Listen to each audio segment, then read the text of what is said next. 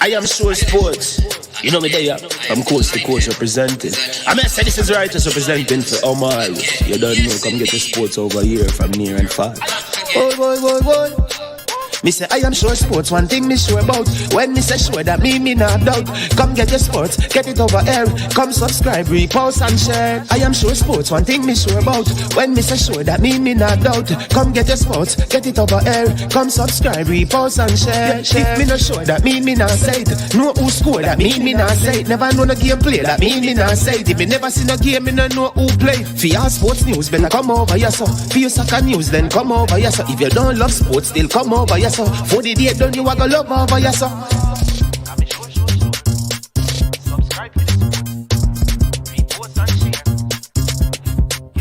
So when it comes on to behavior concerning football, Jamaica is decent. I am sure that if we can get all of these things done, set in place by the end of April, it gives us enough time before the World Cup campaign. Not afraid of no Brazil, no Argentina with these crap of players. We are good enough. Remember to like, subscribe, share. Listen, comment. Let me know what your thoughts are. Trick Jerk Marinade gives your meats and vegetables authentic Jamaican jerk flavor. The spices are directly from Jamaica. Spices like jerk seasoning, allspice, scotch bonnet pepper, fresh scallions, thyme, ginger, and garlic. The key ingredients to a great jerk marinade. 0% sugar and low in sodium. You want to try it? Made up of 18 Jamaican herbs and spices, add delicious, bold flavor to your next grilling experience. Flavoring sauce, a marinade, basting, condiment, or topping. Trick Nick Jerk Barbecue Sauce.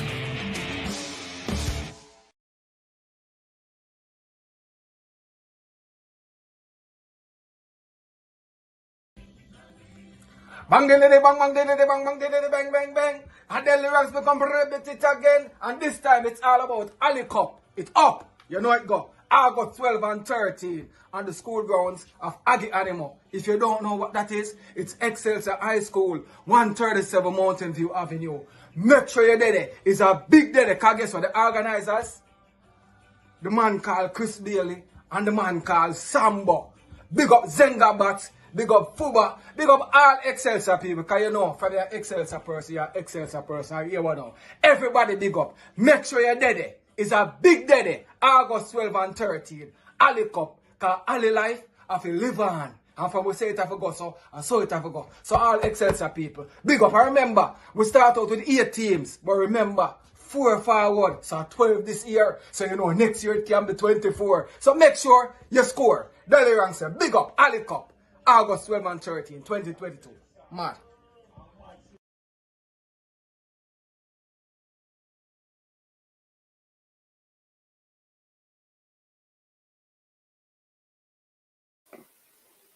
All right. Good morning, and welcome to I Am Sure Sports. I am your host. My name is Man. It's good to be with you this morning on our show. We were not able to do a show yesterday as we had several other key functions to perform, but we are here today and we have 2 shows today.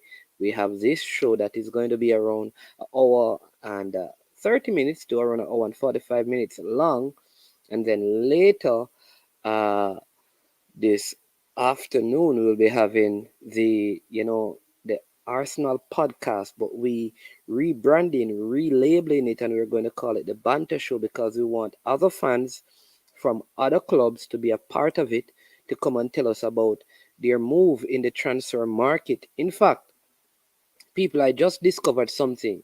All right, I don't know if you know this. Liverpool. All right, so hold on. Let me come on. Let me get some I need to get more Liverpool fans on, because this is. Some of you don't even know this, Some of you don't know this, but I'm going to tell you something about Liverpool that is going to, boy, yes, people, is it what management know about Liverpool. I'm going to share with you. You know, Liverpool just purchased a player, right? A forward. I'm going to talk a little bit about that. Big up. You never walk alone. But again, welcome to the show. Big thank you to the sponsors of this video, Prestige Finance, lending a helping hand when you need it the most. Prestige Finance is located in Linstead, St. Catherine, and they're offering you loans of up to 100,000 Jamaican dollars, right? Low interest rate, 0 to 4%, in fact, no processing fee, and same day processing. Also, big thank you to Launch Legacy, where they handle risk and seek legacy for all your personal insurance needs in Canada and the USA. Visit Launch Legacy at launchlegacy.com or call or text them at 647-989-0782, right? You need Launch Legacy, people. You need them. They're a very good company that will help you. Yes, they will help you when it comes on to having your money work for you when you have entered into that state and place called retirement. All right. Never walk alone. Big up, Benji, in the building. You never walk alone. Bless up, bless up, bless up. Yeah, man, bless up, bless up.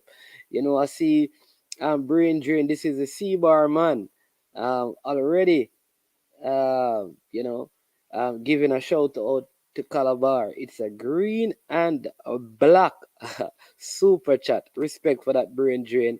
I mean, yeah. I have some C-bar information as well, and I'd love to get the reaction of some of the C-bar past student and past players. Man like Benji, them know say a Calabar you go. They didn't know, don't it? No, they know. All right, no, they know. Also, just for those who follow the local league, just want you to know that Atafari Bygrave is now over there in Vietnam, right? People have to understand. You may be wondering, why would somebody go there? Listen, you go to Vietnam, you play, you can earn 7,000 to 10,000 euros, right?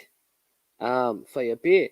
You do that for a couple of years, you come back to Jamaica, you can live a comfortable life and still have time to play some football here, because at his age, I think it's a good move for him. All right, but before we get into our main stories, right?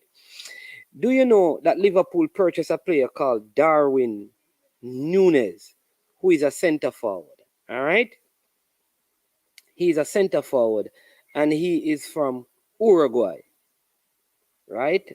He's from Uruguay. I'm going to show you how football is, people. Do you know that, right?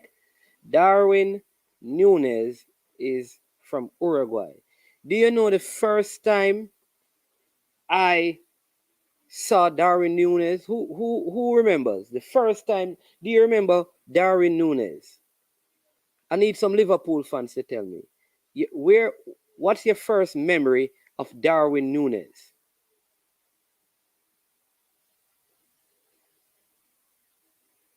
Here you go, the Vietnamese league, they call it the V League. Marlon saying it's a good league, so that's a good move for Bygrave. Yep.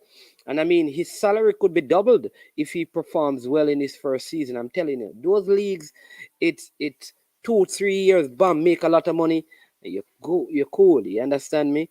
Yeah, the Asian market is a good place for players who want to, build up their capital reserve.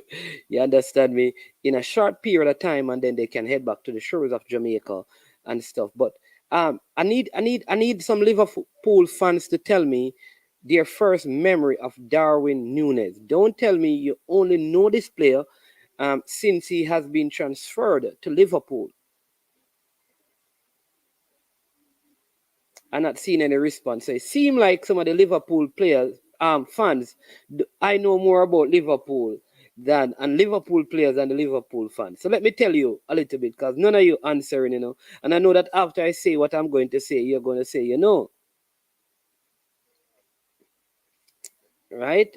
You're going to say, But in 2019, do you remember that Jamaica participated in what they call the Pan American Games, which is games for under 23 players, 2019. And the team that we had, remember this, we had JD White in goal, Johnny Talbot, both in the JPL, Giovanni Brown, Ricardo Thomas, Clifton Woodbine, Lamar Walker, Venton Evans, Tevin Shaw, Deshane Beckford, Jordan Fletcher, and Daniel Green. All right. In that same game, Darwin Nunez played for Uruguay. Tell you how football is. Darwin Nunez played in that game for Uruguay. Do you know that he was not the star in that game? It was a guy called Fernandez, right? Darwin Nunez was a starting center forward for Uruguay in that game. And he was marshaled for the whole game by Giovanni Brown and Ricardo Thomas. The star player in that game was a guy called Fernandez, who scored 2 goals, and Jamaica lost the game by 2 goals. From this Uruguay team, 6 of these players are playing in top leagues in Europe. And you just saw Darwin Nunez moving to Liverpool. From the Jamaica team, the player playing at the highest level is Brown. Can you imagine? This is from 2019. This is again highlighting the failure in transitioning our young talent. Lamar Walker, USL. Jordan Fletcher, India. Daniel Green, JPL. Deshane Beckford, USL. Clifton Woodbine, not even sure. Jaden White, JPL. Johnny Talbot, JPL. Ricardo Thomas, JPL. All of these players in the JPL, and 6 of these players from the Uruguay team has transitioned. Jamaica also have Andre Leslie. Well, we had, you know what is funny? Kaheem Paris was on the bench and came into this game. So Kaheem Paris is the one who is the furthest. You have Jebison, who was in that team, Luca Levy, Mackay, Kaheem Paris, and Andre Leslie. Yeah. Jamie Lynch is also in the Vietnamese league as well. Right? So we have to work on our transition of players, and it continues to be a part of our problem. How come we can play in a game where our defenders totally lock down Darwin Nunez? That, watch this, I guarantee that players on that team don't even remember him. And the man just signed a big contract to play for Liverpool, whilst, with the exception of Kaheem Paris and Giovanni Brown, all our players are playing in lower tier league.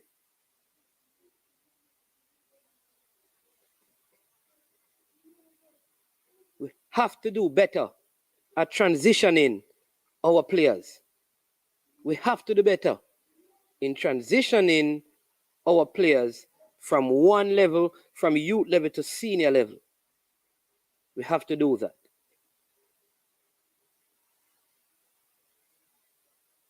All right? And this is not a criticism of the local league. Again, this is just highlighting the fact that we have to find a way of, again, transitioning our players. And that's probably working with agents and those things to get them moving. Darwin Nunez played against Jamaica in 2019 and couldn't get past our defenders. If we supposed to play the same Uruguay team now with our national team, the same Darwin Nunez is going to create havoc, possibly against Jamaica. So we need to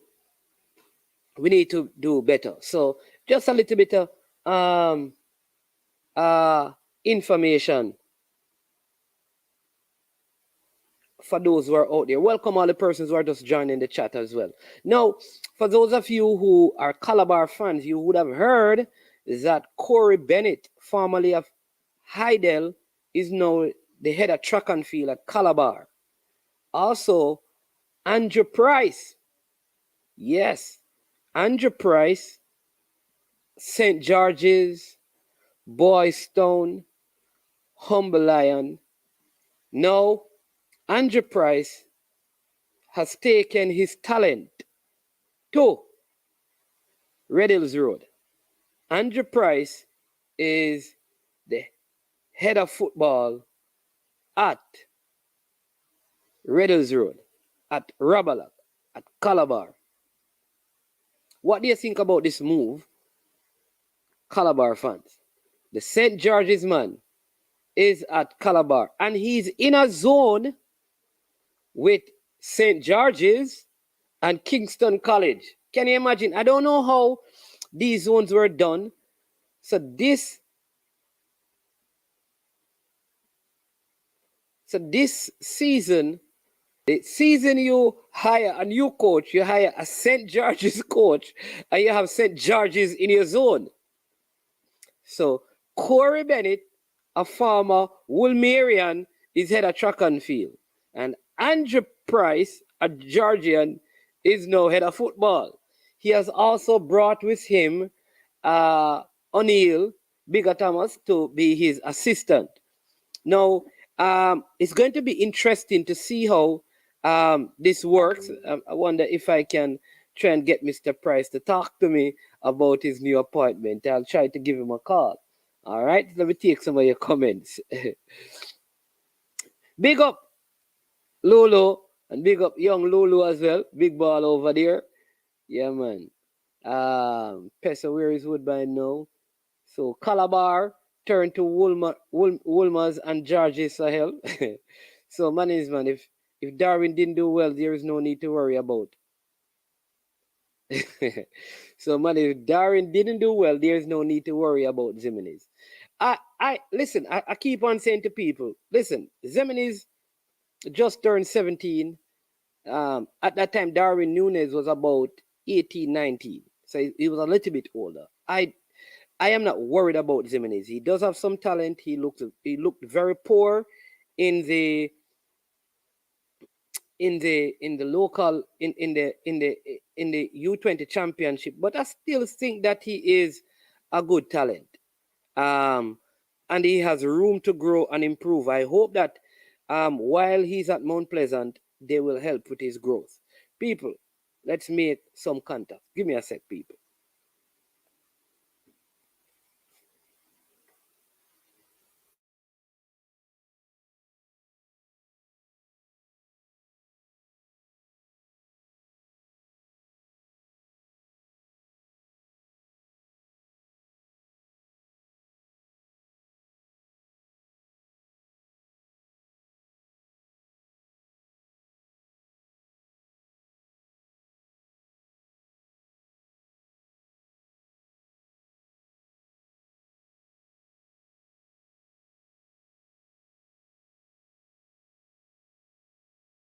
All right, so yeah, yeah, man. So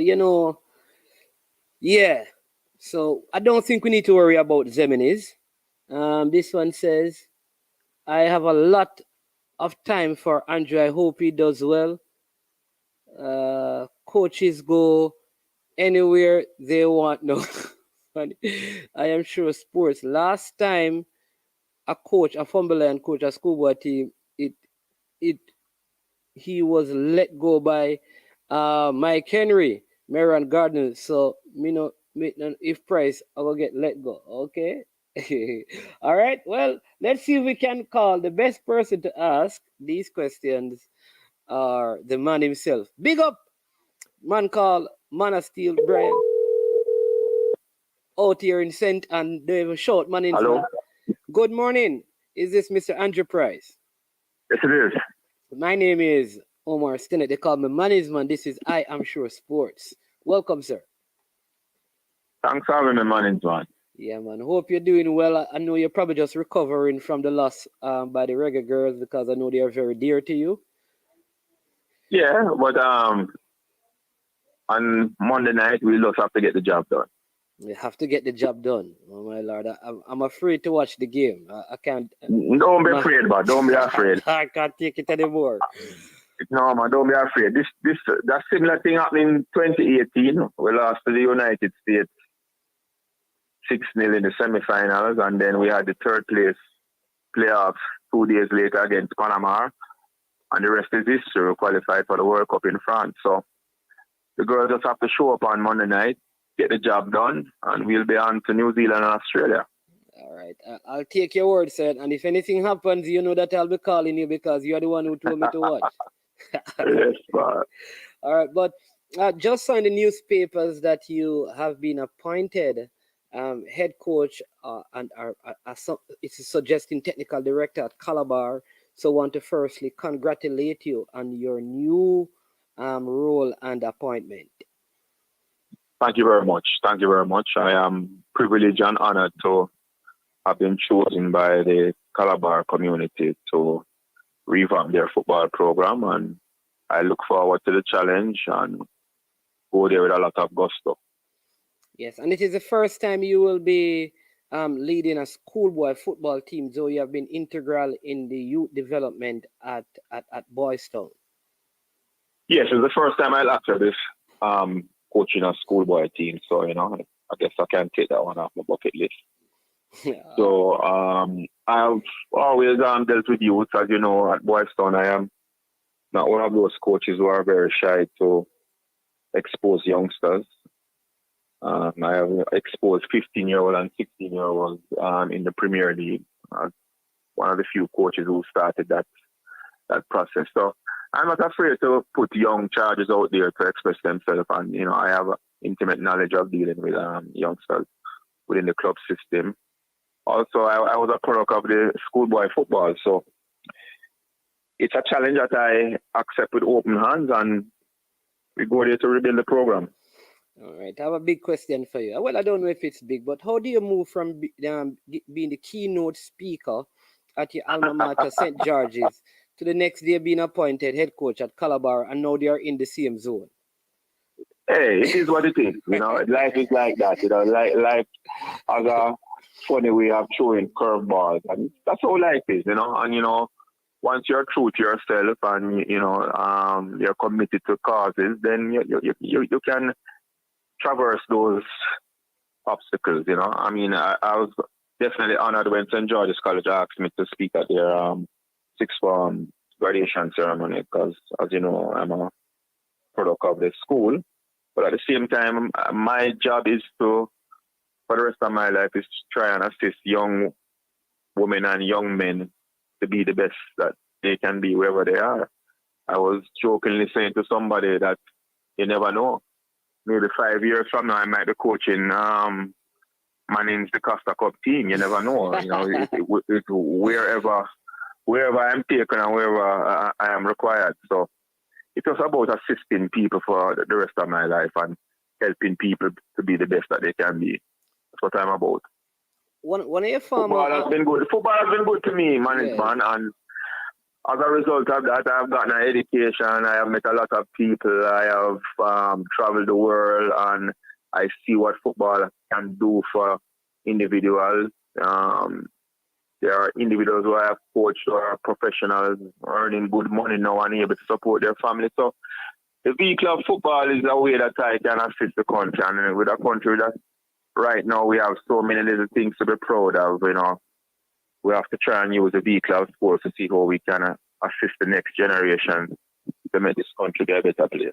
Yeah. We have one of your Boystown players here who went to Calabar, and he's just saying finally he has gotten you to wear the green and black. His name is Benji. Yes, David and Benjamin. I know he's supposed to be very excited about this, So, yeah, man.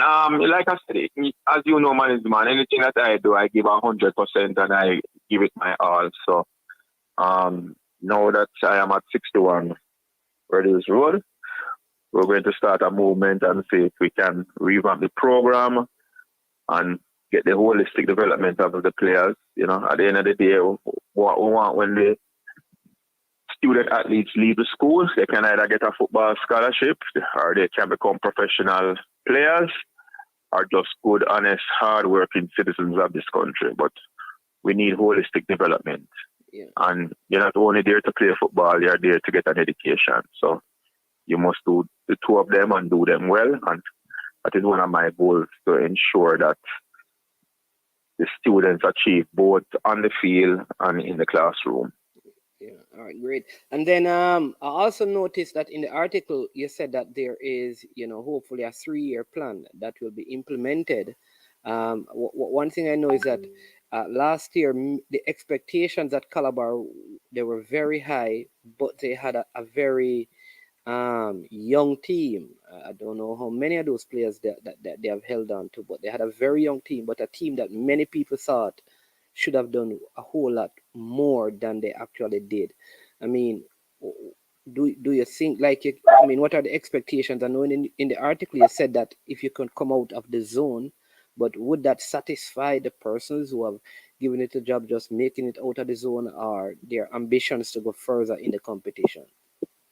Well, first of all, I told the Calabar establishment that wherever I go, I develop 3-year plans, a minimum of 3 years. And to bring that to fruition, I need 3 solid years of changing the culture, changing the philosophy, and letting the youngsters understand what is required and mandated to be successful. In doing so, if we are able to bring silverware in the first year that I'm there, so be it. I'm giving no guarantees. I know one thing: Calabar will play attractive football and we'll be very competitive this season. And despite being placed in the zone of death, I'm telling you, we are going to be very competitive. What are the odds of you first season in schoolboy football you draw KC and St. George's? Well, like I said, you have to play the best to be the best. So it's a great challenge, and these are schools that I've always been competitive with as a student and as a supporter. So it should be good fun this year. Yeah, and then how does this affect? I know that the JPL season begins in November, which is really once you're in the playoff, it's really like that time when the schoolboy football season is at its most important place. And that is also when the JPL new season is about to restart. I mean, how do you have a plan in place to manage and give adequate time to both teams? Most definitely. It's all about time management. There are 24 hours in a day, and it's how best that you utilize those 24 hours, where you allocate a specific time frame for each activity. So I don't see it as a problem, and it's something that I have done over the years, both as a player and as a coach. As a player working in the corporate world, I had to work a 9 to 5 and still was able to give high-level performance on the field, and similar as a coach. So now that I'm out of the corporate world and now giving a lot of time to the youth and the development of the sport in the country, I have even more time. So it's just about time management. And I have learned that over the years. All right. I know I'm not going to keep it long, but let me just run through a couple of these. Ryan LFC says, good coach, but still have lots of work to do, Mannings man. Tell Coach Andrew Price that for me, Mannings man. All right. So then the leader says, welcome, Andrew. What size jersey you wear? See you later at the Lime at 61. All right. I must say at first, when you said that at 61, you kind of paused. And I was wondering if you're going to say your age, but then you went on to say Red Hills Road. So I said, okay, thank you. Because I was a little bit concerned at that time. And then he says, Calabar versus St. George's will be epic.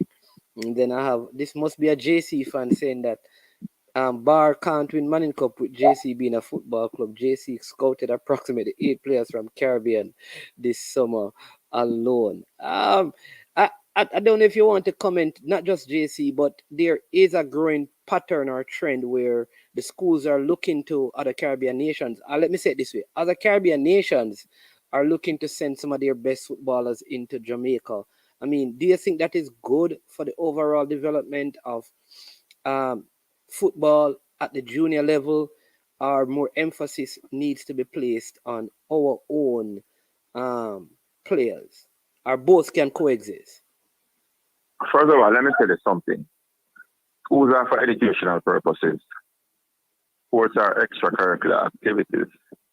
And if you're providing opportunity for somebody outside the region, especially in CARICOM, to get an education, then I'm all for it. All I'm saying is that what is required by the standards, both educationally and athletically, must be maintained. If those rules are followed, I have no problem with it. Okay. Solid point. And I think that is the truth, because at the end of the day, football. I keep on telling people that schoolboy football is not for developing footballers. And that is the misconception that people have. Yeah. People have it that schoolboy football, and we have this over-dependence that they must develop elite players that represent the country. No, it's extracurricular activity at schools, and it may so happen that after the schoolboy season, these players may go on to other academies and other clubs where they continue their development. But they remain competitive while they're at the school, and they go there and play as best as they can for the school so that they can bring glory to the school. Yeah. And that's a basic difference between schoolboy football and playing for a football club. Yeah. I would say even at Mannings during my time, more than half the footballers, they only wanted to play for Mannings. They weren't going to play for no Reno. When they did that, they went to Six Summit. It was about, all right, now that I've finished high school, football is over with, I'm going to going to college and do so. So I think that must be taken into consideration as well, that not everyone who plays schoolboy football wants to be a footballer. I would say majority of them want to pursue other professions, but sometimes the demands in life even force you.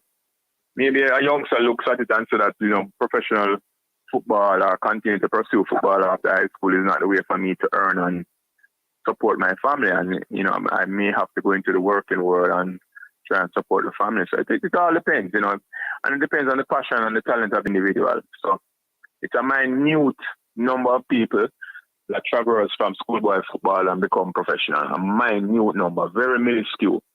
So you have to be very, very talented to do that. But at the same time, you can get an education. So it's for schools now to set that platform in which opportunities present themselves, where the youngsters can get an education so that they can better themselves, because there's always life after football. Yeah, man, awesome. All right, I know it's early morning and it sounds like the dog crying out for some puppy chow or some dog chow. So. Yes, yeah. So I'm going to let you run. But right before you go, what is your overview of the JPL season, man? Massive crowd and the finals. It was excellent. Yeah. It was excellent. I mean, when you look at the season really finished with a crescendo. I mean, even up to the last week of the tournament, you had 3 teams vying for that 6th spot. And despite 2 teams winning, Tivade and Humble Lion winning, Harborview were able to draw with Dunderholen and hold on by 2 goals to get that 6th spot. To traverse through the entire playoffs and ended up being the Premier League champion. So it does show you how competitive the entire season was. And I mean, the support from the crowd throughout the entire playoffs and the last couple of rounds in the second round was absolutely amazing, and kudos must be given to the clubs and the players for really putting on a good show so that we could draw the spectators who enjoy the football throughout. Yeah, you almost feel like with that kind of turnout, maybe the restart has been pushed back too far. Feel like maybe you needed to just start it like soon after to kind of keep the momentum going. but to be honest, everything has its place. I mean, schoolboy football will now take the precedence right now. So it's about getting the schoolboy football season off, having it completed, and then, you go right back into, so football fans will have a complete year of football. Yeah. What about those people who say that the regular season is really kind of a joke thing because you could win the regular season and don't even make the finals? Like Waterhouse. Well, it depends on the format. Everybody who enters the competition knows the format before entering. So the format is the format, I am one who I really look at consistency, and I like to reward consistency, and the team that really accumulates the most points, as it is done in most places in the world, is normally the champion. But in Jamaica, we have a culture where we enjoy the euphoria of our playoffs, and I guess that is why we have the format. And if the format continues to be in that same vein, then teams can probably coast and try and come sixth and do a trick like what Harborview did this year, because, Harborview came through the back door, if you may call it so, and won the Premier League, and it does show that if you don't have a ticket, you don't have a chance. Definitely. Listen, I want to thank you for coming on, Coach Andrew Price, at such short notice. Really appreciate your time, and you need to come and talk to me Monday, man, before the game or something. We need to talk. I prefer to talk to you to off ear. Oh yeah. Cause man, I'm telling you, I'm petrified. Don't be. I have faith in the girls, and I believe that they'll come good. I'm at 3 strikes now. No, well, 3. I'm at. This is no 5. Entire hand is gone. Under 17 girls, under 20 girls, under 20 boys. Then you have the senior team. Like, I can't afford to lose a thumb. 4 fingers are and let me tell you something. We're looking at the worst case scenario. We draw the match, and we come third. Then we go into the intercontinental playoffs with the 12 teams, 11 other teams from the rest of the world. So there's still much opportunity there. But we'd like to get the job done Monday night, so we go straight to the World Cup after beating Haiti. Yeah. That's what we are hoping for. Yeah, man. All right, thanks again, and all the best this season. We'll be tracking, Thank you very much. You and the Calabar team, and I see O'Neill is also there with you. I think I will say to people is that the Humble Lion team look better at the back end of the season when a lot more younger players were integrated into the team. So if that is any indication, it means that you will do a good job with the youngsters. That's correct. I mean, the first round we had 9 points, and in the second round we had 19. There you go. And that was the injection of a lot of the youth players. So, and we have seen that's a clear indication. Yeah. And then, we also look at like a Shamar Nicholson, who you had from a youth, and where is that right now. So we know you have it in you to bring the best out of the youngsters. So, like I said, I was disappointed with how the season ended for Calabar.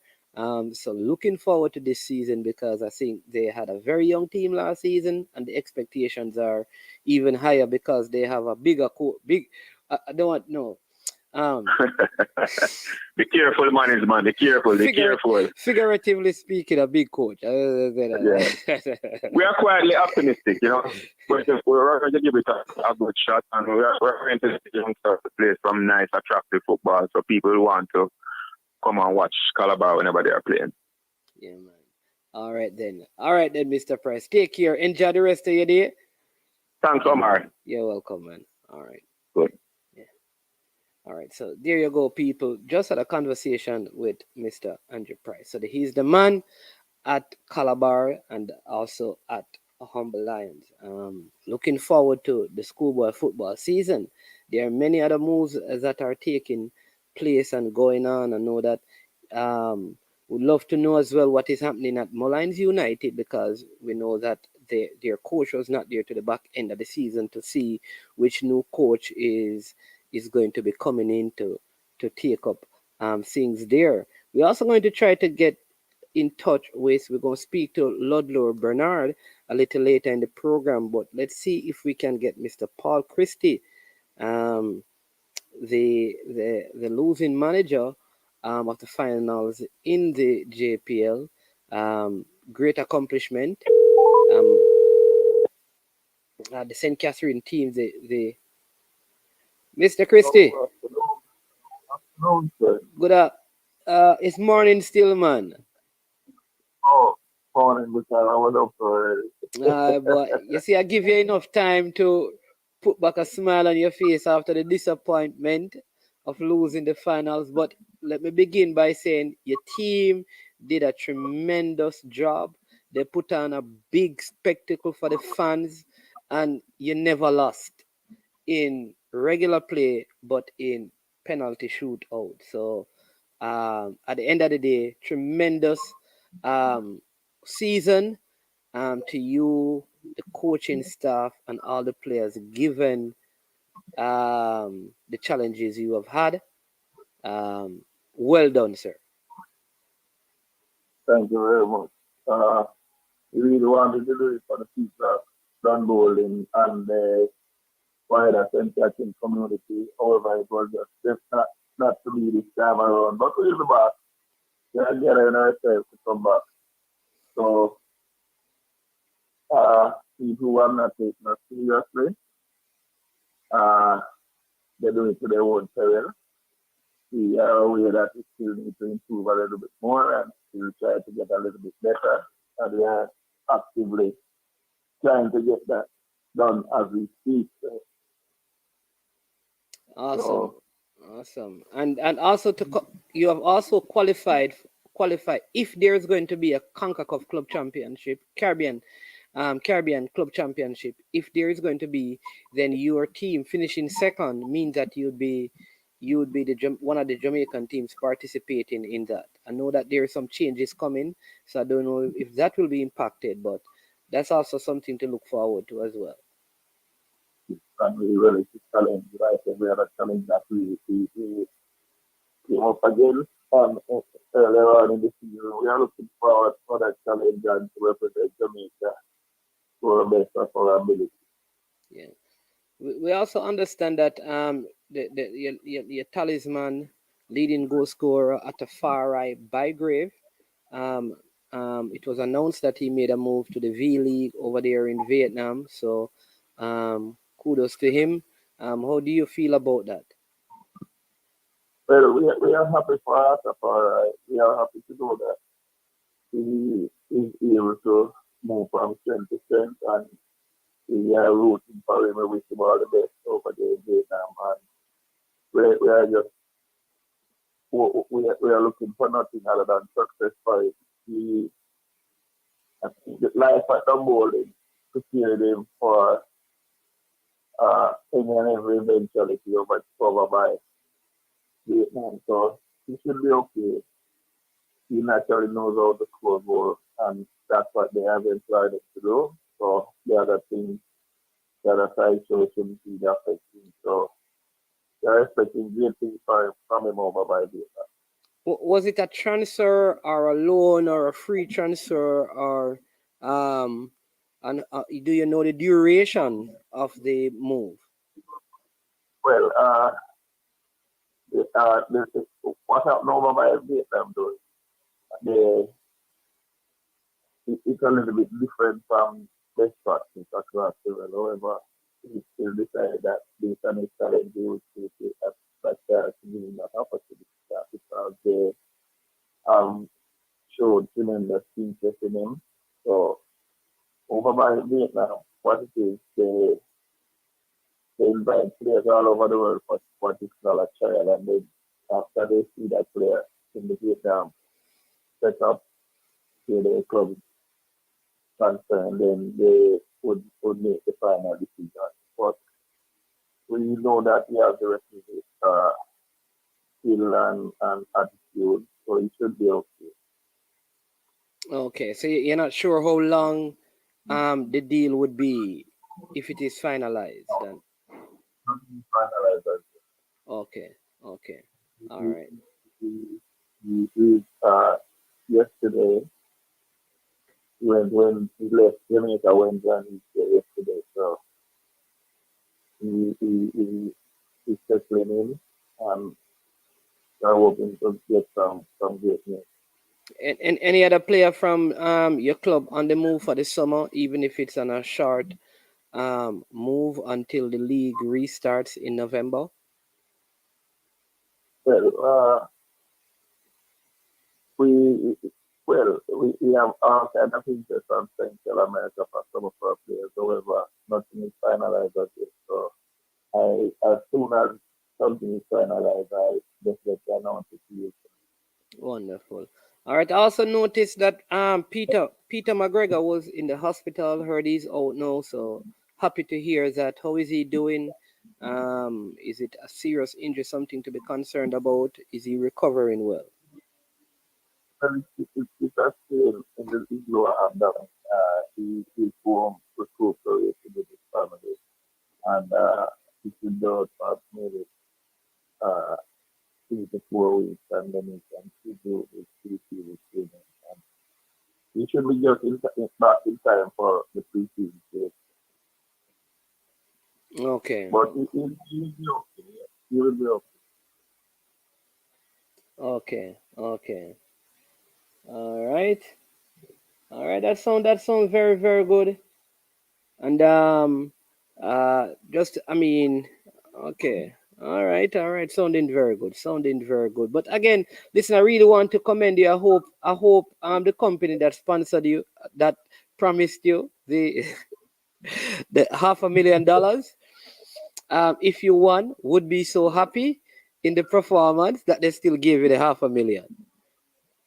And I must say that as I just said, they still are the over the replica. And we are in final negotiation to actually get the release. After that, we are represented their brand very well, and it's only it was a nearby pass. They have nothing to be ashamed of. They are actually happy to be associated with them bowling who was coming up against. Yeah, the people are saying that they're hardly hearing you. So oh, well, I don't. All right.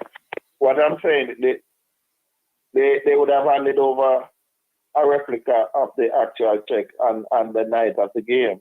And they are saying that they are happy to be associated with the dumb bowling brand, and they are looking forward to handing over the actual check and awesome. and also looking forward to mutually beneficial partnership with the dumb bowling brand, because we have represented them well and represented the people of St. Catherine and done bowling very well in the final. It's just that we all know that what happens in a penalty shootout is always dreaded and can go anyway. But we wanted to do it in the regular extra time. It just did not happen this time around. But I can tell you, man, the dumb bowling team will be back, and we are trying to improve and actually trying to get better. Definitely.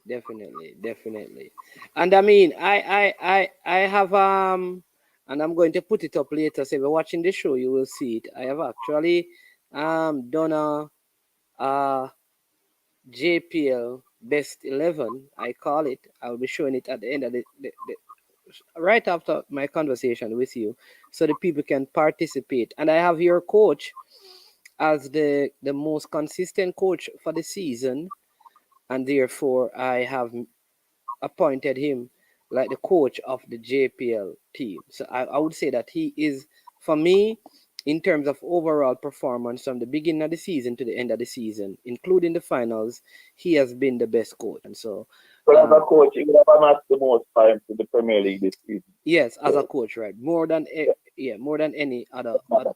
Yeah.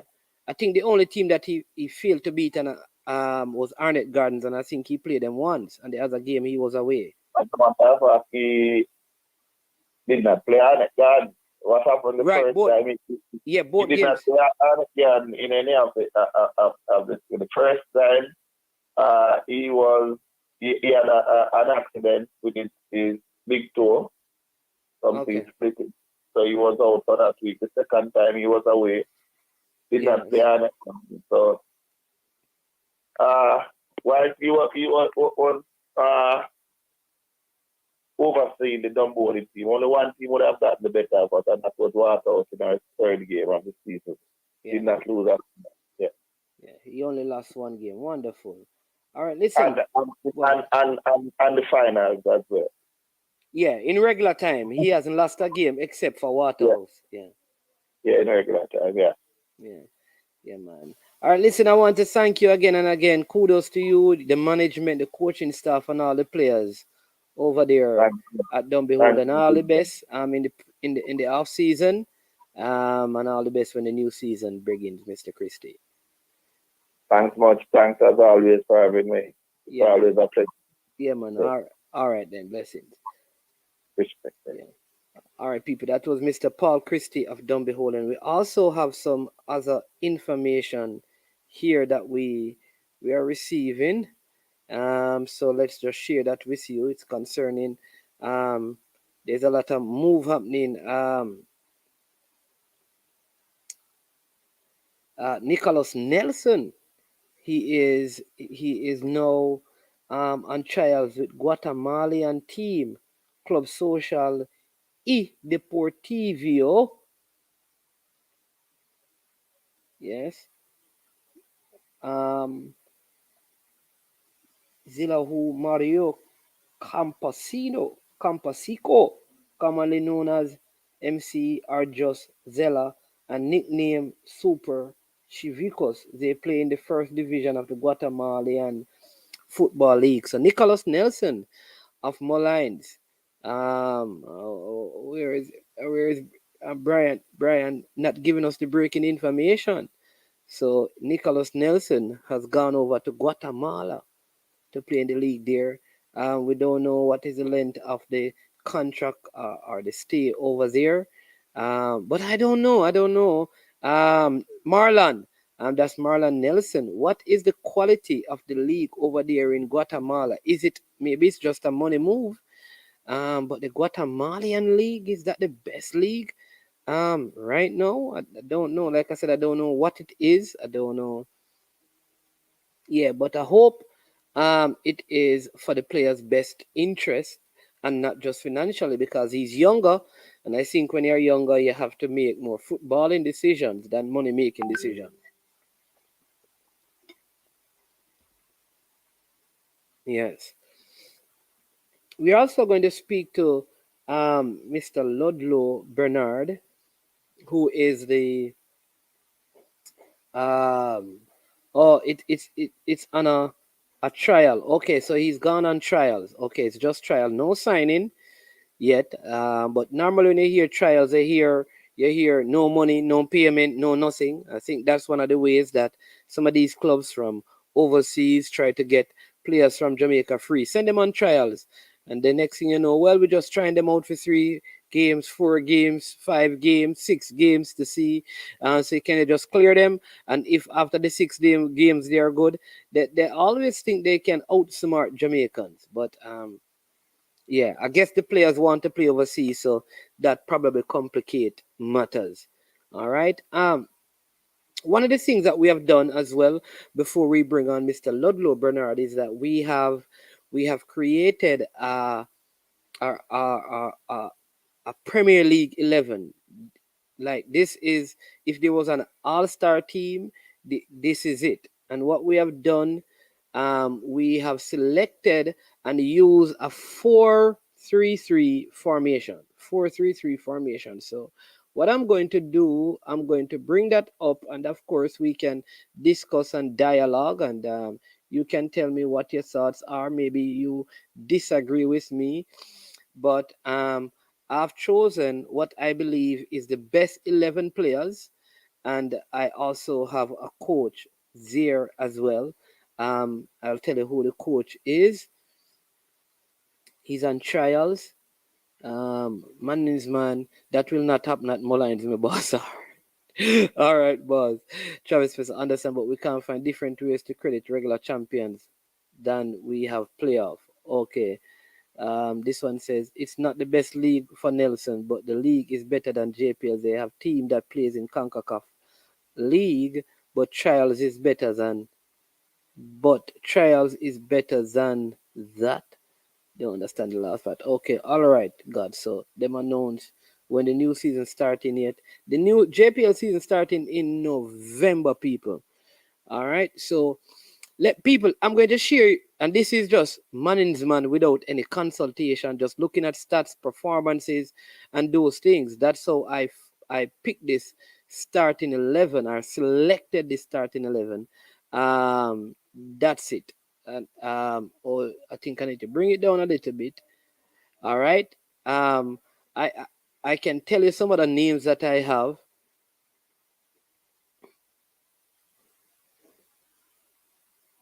All right. So I can tell you some other names like Vino Bartlett, the Cavalier goalkeeper, I think has been the most consistent goalkeeper all season. But it was very close between him and Damian Hyatt, who I think brought his team to the finals.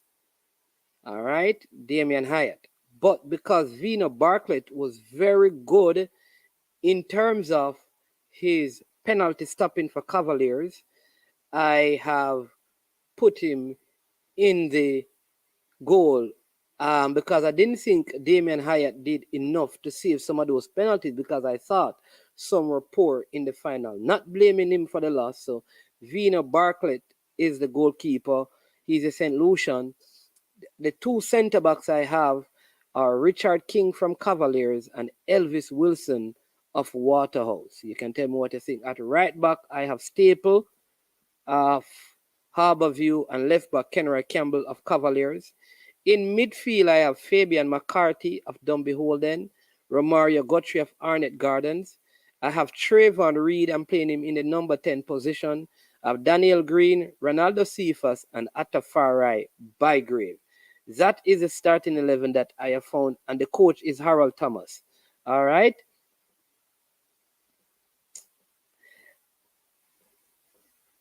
The Waterhouse goalkeeper can be in the starting 11, man. You have to look at the goalkeeper the team that conceded the least amount of goals, Leonard Dehaney. Vino Bartlett also keeps, if you're looking at, he kept for his national team, conceded less goal at the club championship. And if you're going to change him, the other keeper, we're not talking about who is the best keeper. We're talking about who had the better season. Kemar Foster was even away for a portion of the season. Come on, man. Let's listen. Let's take out who we like and what we know about history. Let's focus on this season. This season, the stats and performances this season are Vino Bartlett and Damian Hyatt. It doesn't mean that Kemar Foster is not a good goalkeeper.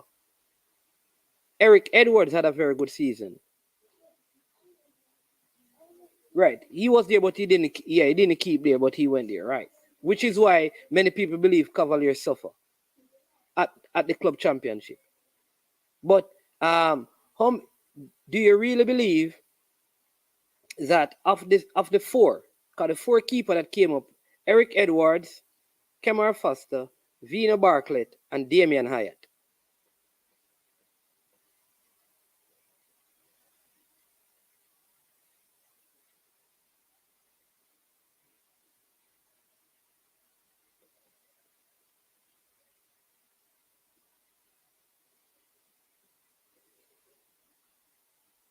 Yeah.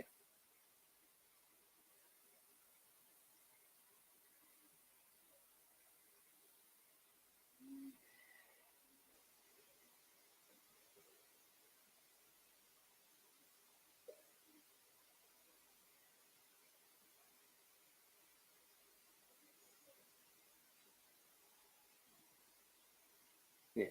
All right.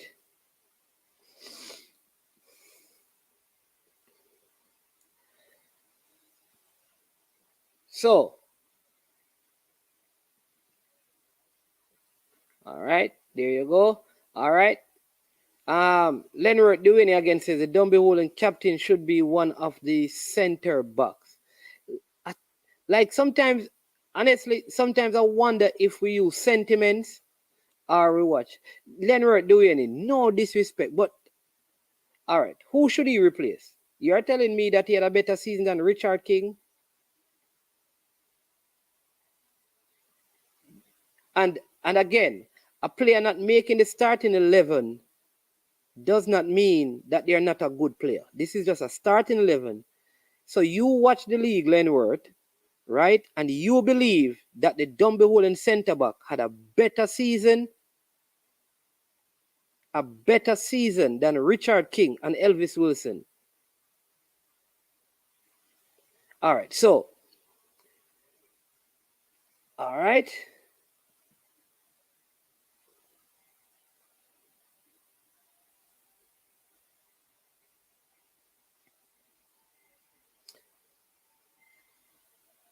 Brian, who should replace Elvis Wilson? I can tell you who was the next outstanding centre back, but his team didn't make the playoff. Penny Cook. Every time he plays, except I think in one game, Tivoli wins, but his team didn't make the playoff.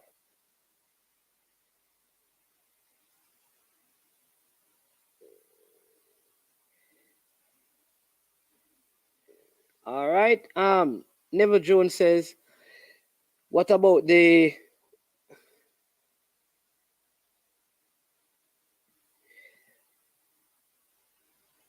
all right, so Lenworth, here's what I want you to do. Lenworth, give me your starting 11. Give me your starting 11, Lenworth. This is what I pick. Given what I have seen in the league, because I don't go by sentiment. The Waterhouse goalkeeper this season did not have a better season in goal. Just go and check it, no man, than Vina Bartlett or Damian Hyatt. So if I remove Dina Bartlett out of that, yeah. That's what I'm saying, that the center back I would replace Marlon is remove Wilson and put Pennycook, but he didn't make the center back.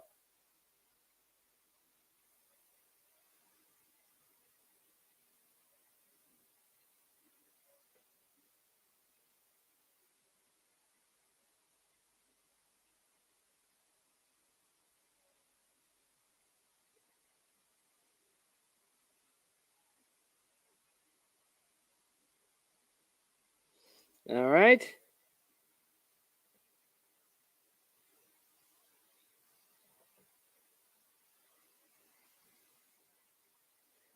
All right. Romario says he would start Kemar Foster and goal, O'Shane Staple, Odin Pennycook.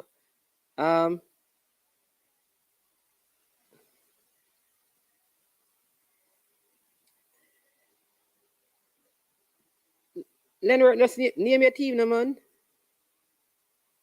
Just name your team and nobody put up no madness. Name your team and that the other people doing. Name your team. Odin Pennycook. So you're saying that Odin Pennycook, right?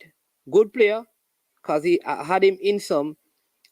Again, good player, but Odin Pennycook team did not make the playoffs because he was injured for portions of the season.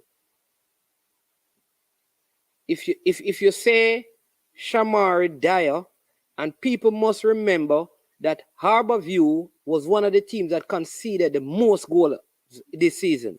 One of the teams, apart from the bottom teams, the teams at the bottom of the table. So I think some of us are being fooled by the playoff run of Harborview. Good team, good defender. But the team that had the best defense, you're saying that none of their defenders are good enough to be. This is what I'm saying. The team that have the best, like this person, right, is saying that Richard King, like look at Romario team. You're really gonna name a starting 11, watching Richard King for Cavaliers and say that he can't make the 11.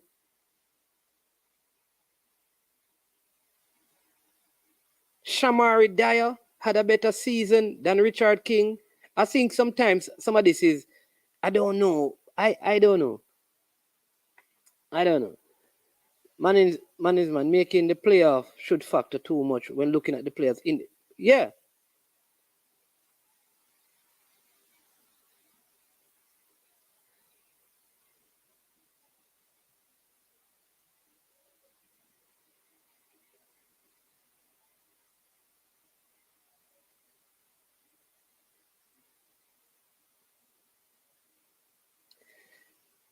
All right. So here's the thing, no, Brian. So, all right. So you guys are going to tell me. You guys are going to tell me that Dyer. So I can't, like, Brian, look, honestly, me can't believe that somebody will tell me that Dyer and Pennycook better than King this season. Richard King was one of the best centre back this season in the league. And we're really going to say Dyer, Shamari Dyer, and as good as player as they are, and Pennycook from Tivoli, good young player, are better than King? On what basis?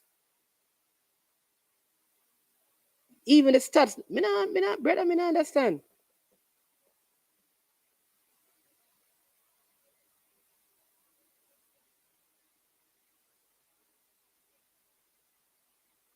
I don't know. Me not understand. Just put up the starting 11 still.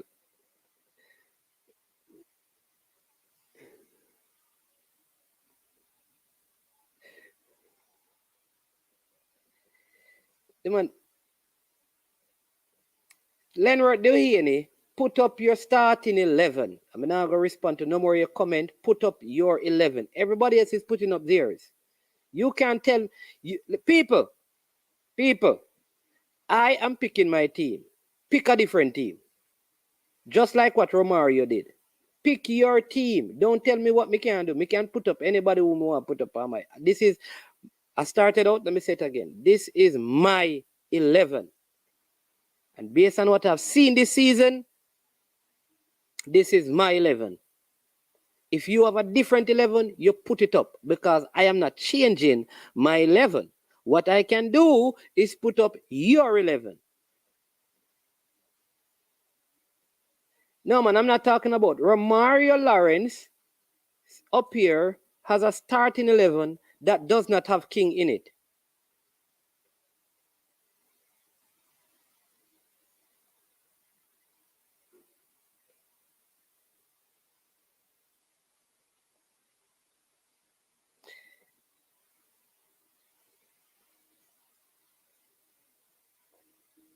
Trayvon Reed has the second highest amount of goal contribution in the league from start to finish. And he doesn't have it. So I don't know.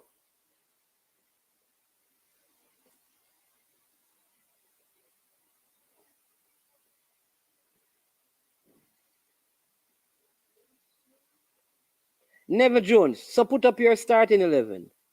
Just put up your starting 11, man. Put up your starting 11.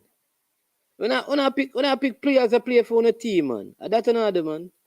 Because if I pick Mount Pleasant player, I'm going to put Sigria left back. Binz is a midfield. Binz not playing nothing for Waterhouse this season, man. Binz was, honestly, I don't think some of you watched the league, you know. I think some of you started following the league in the playoffs.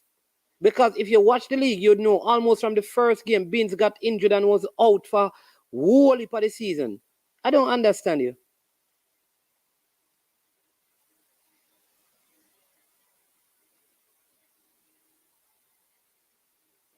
See, Pesa have a similar team to mine. He has Foster in goal. If the people who have watched the league and watched most of the games will not be saying what they're saying. So Never Jones, I can tell that you didn't watch 10 games this season that Waterhouse played. Because if you watch 10 games, you know that Binz probably played 1 out of the 10. Binz had a serious injury. They weren't even sure.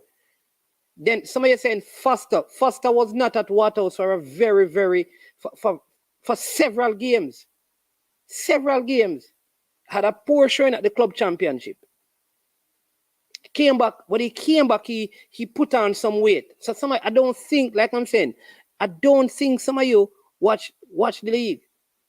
Check like who conceded the least amount of goals.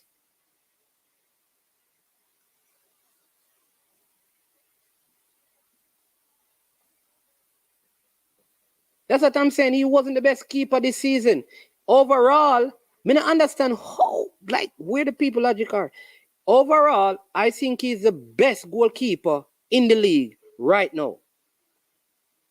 But this season, he was not the best goalkeeper. He was not the best goalkeeper. When he came back from overseas, for whatever reason, without going to get into that, he was overweight and his form dipped. Waterhouse form dipped. He went to the club championship. Their outing was poor. He came back.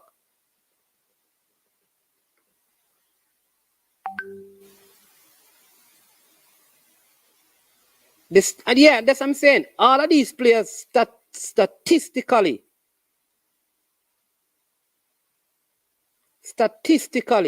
So when people telling me about Binns, it was Malik Coughlin. There you go. Because Binns was out. So apparently, some of these people don't watch the thing.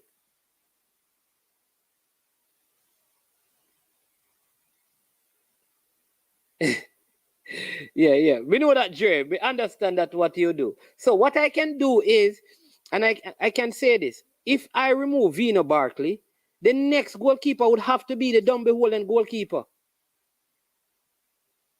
Damian Hyatt. Check the stats again. Check the games that Cavaliers lost and see who was in goal. You have to watch all the games, people, to say the things you're saying. Because it is not who we saw in the semifinals and finals. It is not who was excellent last season. Richard King, as a centre-back, has the best offensive and defensive stats. The highest pass completion as a centre-back. The most aerial duel won. The most ground duel won. Check Instat, and people are saying that he never had a good season.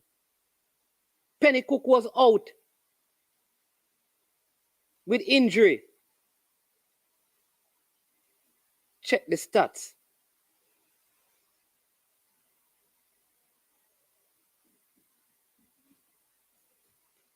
It's just like Joshua and Anglin had a very good ending of the season. But Guthrie, overall, played a whole lot better this season. Fabian McCarthy played well for Waterhouse. No, for somebody to say Trayvon Reed can't play number 10. Madness here. You know, watch the league. Trayvon Reed have a free role in the Harbour View.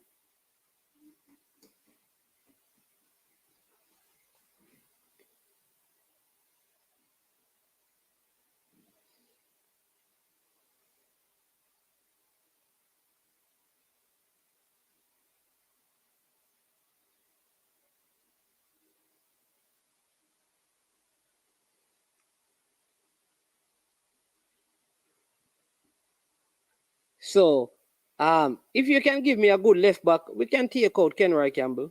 Enjoy Digicel's in tunes until the phone is answered. Hello? Hey, Coach. Omar, give me 5 minutes. All give me 5 minutes. No problem. All right? All right. Yeah. You could play Nikai Christian. I mean, I could see that.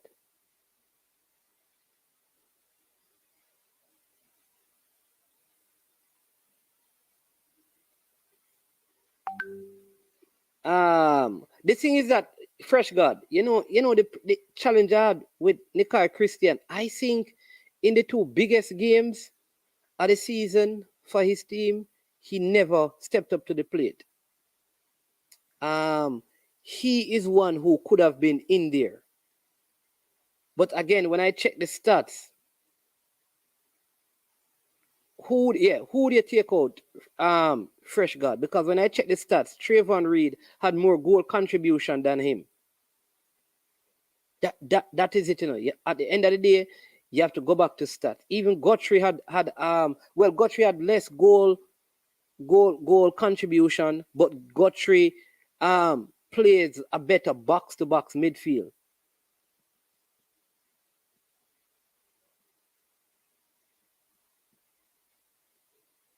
So let's do this.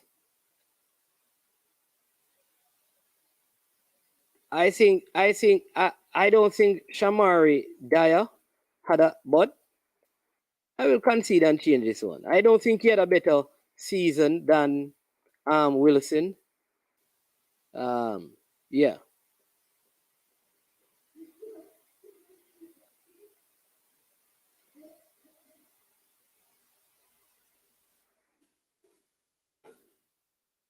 think Wilson had a better season than him, but let's work with that. I think Penny Cook's injury this season affected him.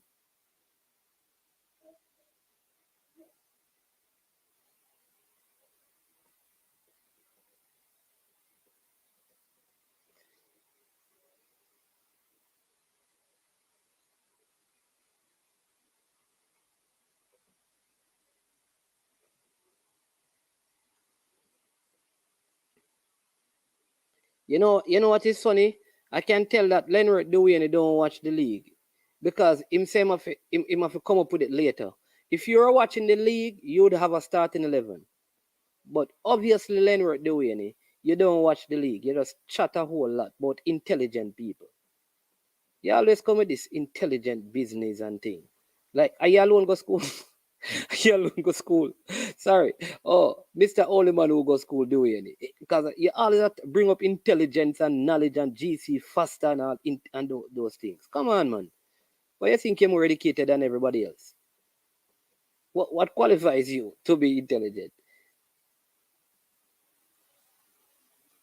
All right. So you know that Romario, you know that Sigri is my baller, but I can tell you this. Mount Pleasant was a very poor defensive team.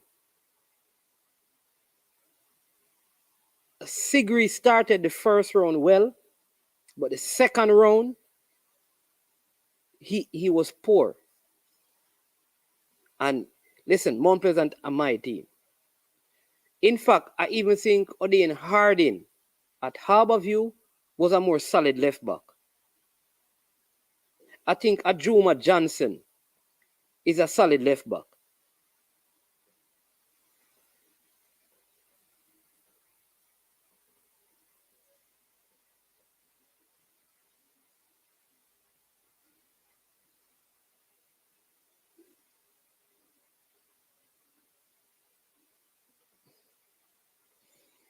Damian Hyatt. Neville Jones says, Damian Hyatt, Kenroy Campbell, Elvis Wilson, Richard King. I think that is Thomas from Waterhouse. That's a good pick. McCarthy, Christian, Andre Clennon. Oh boy, the one is a tough one. 1, 2, 3, 4, 5, 6, 7, 8, 9, 10, 11. Cephas Green, Bygrave. Whoa! No, Andre Clennon. I don't know about that. I don't know about that. Big up Andre Clennon. Leonard, ease yourself, man. Ease yourself, Leonard. People.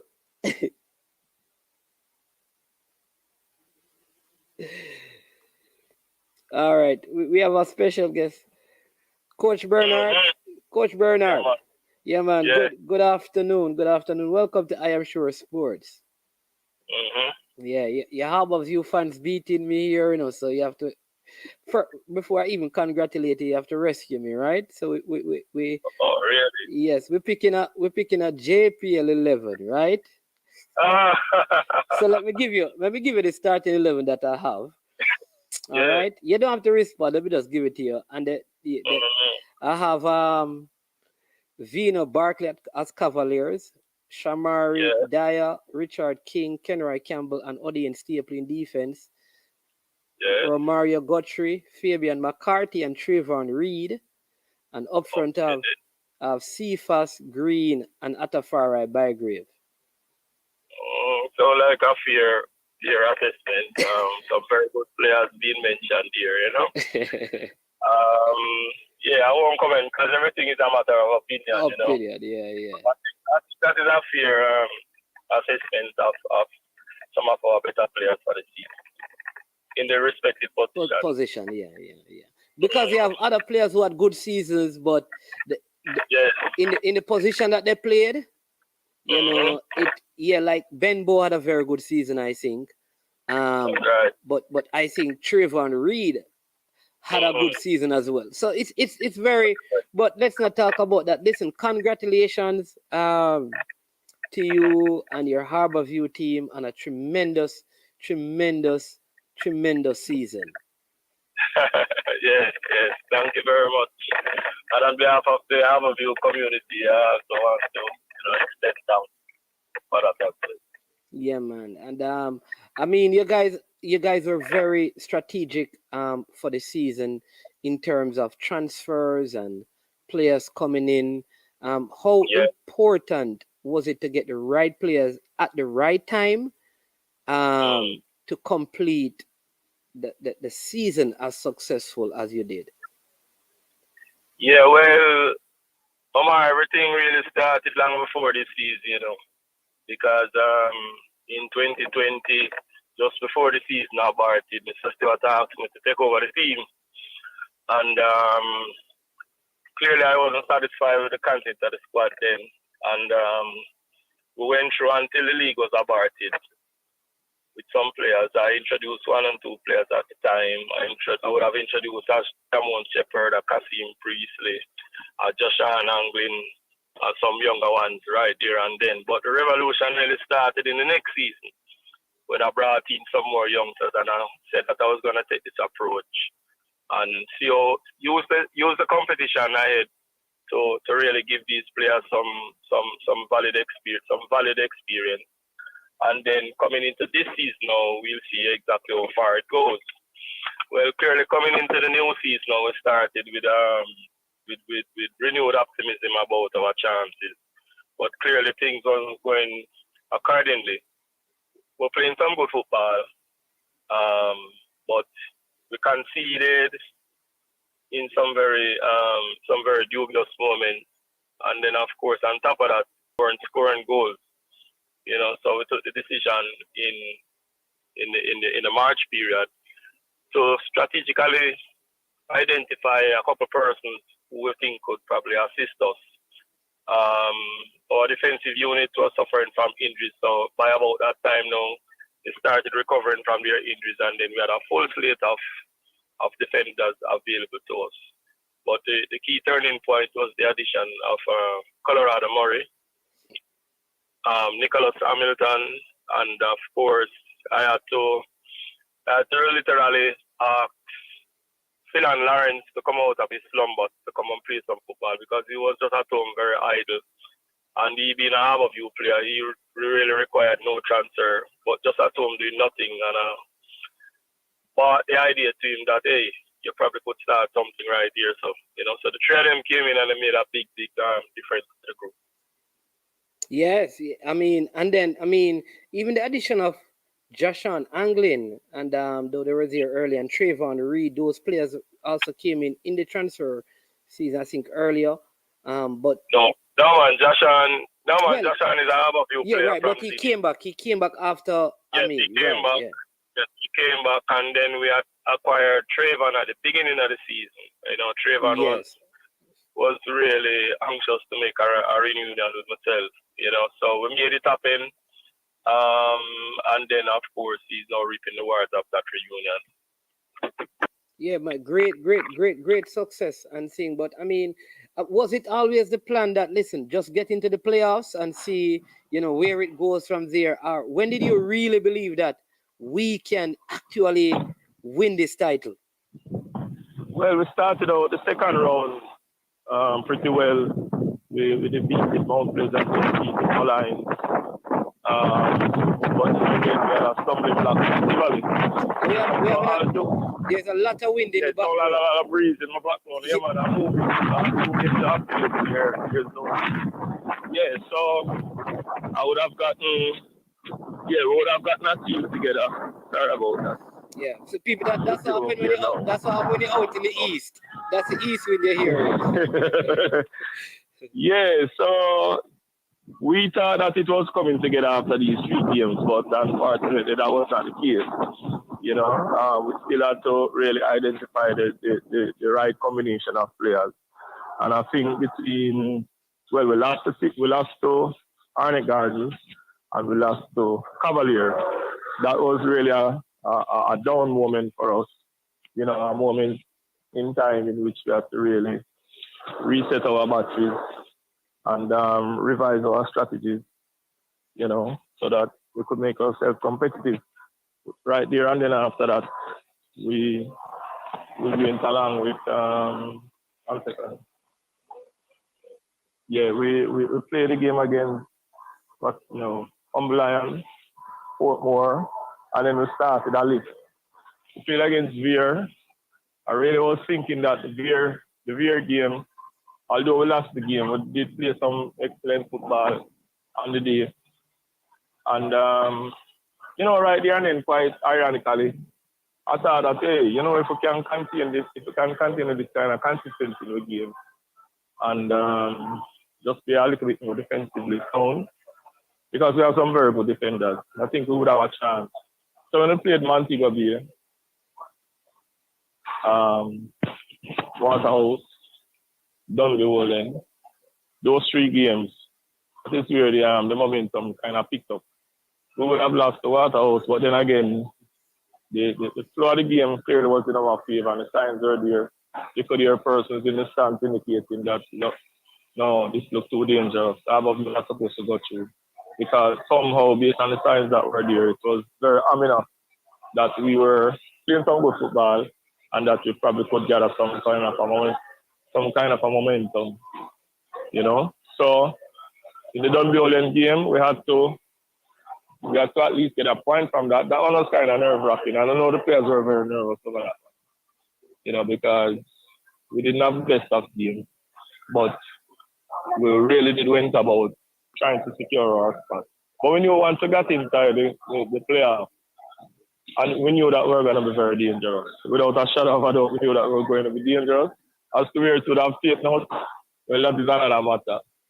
But we all saw what unfolded thereafter. And we went into these quarterfinals rather very fearless, fearless, confident, and with a drive and a determination, because now we're getting our team together and the players say, let me give it a chance, because it is there. We are in it, so let's give it a chance. But we knew we had to get by the top 3 teams in order for us to lift the trophy. That wasn't going to be easy, But we prevailed. Yeah. I mean, I know that earlier in the season as well, you made a major decision, which is just to leave your role at Kingston College to focus. Did that anyways gave you additional time to focus on your Harborview project, or it never really mattered? No, man. I have always felt that dealing with these 2 teams together can be an hindrance. I had some good successes at Kingston College, and for me personally, I thought that Harborview really needed my expertise. I made a decision at KC because it was like 12 years in schoolboy football, and I basically won everything there was to offer. So I said, it is time to leave, and instead of having divided energies and attention, let me just concentrate in one area, So Harborview, of course, is my hometown, and Harborview is the only club that I would have coached at, So I decided to give it everything, and then of course my position in the Harborview Football Club, I think makes it a lot easier for me to really to really carry out a lot of things pertaining to the team, and to really have supreme control and management over the running of the football team, and I think that helped significantly in the long run. Also, because so 12 years you were at KC winning everything, and 12 years Harborview. Casey and Wolmer's winning everything, and in those 12 years Harborview wasn't winning anything. You go back. Quite ironically, yes. Harborview was not winning anything during that time. And not only that alone, Omar, but during that time, because I'm so taken up with schoolboy football, my ability to recruit, was significantly hampered. So I wasn't able to go out and look at players, and clearly now I have that time. So I can watch a schoolboy game, I can go and watch many other type of games and recruit appropriately, But I think Harborview really did need it, as at the time it was like, 9 years?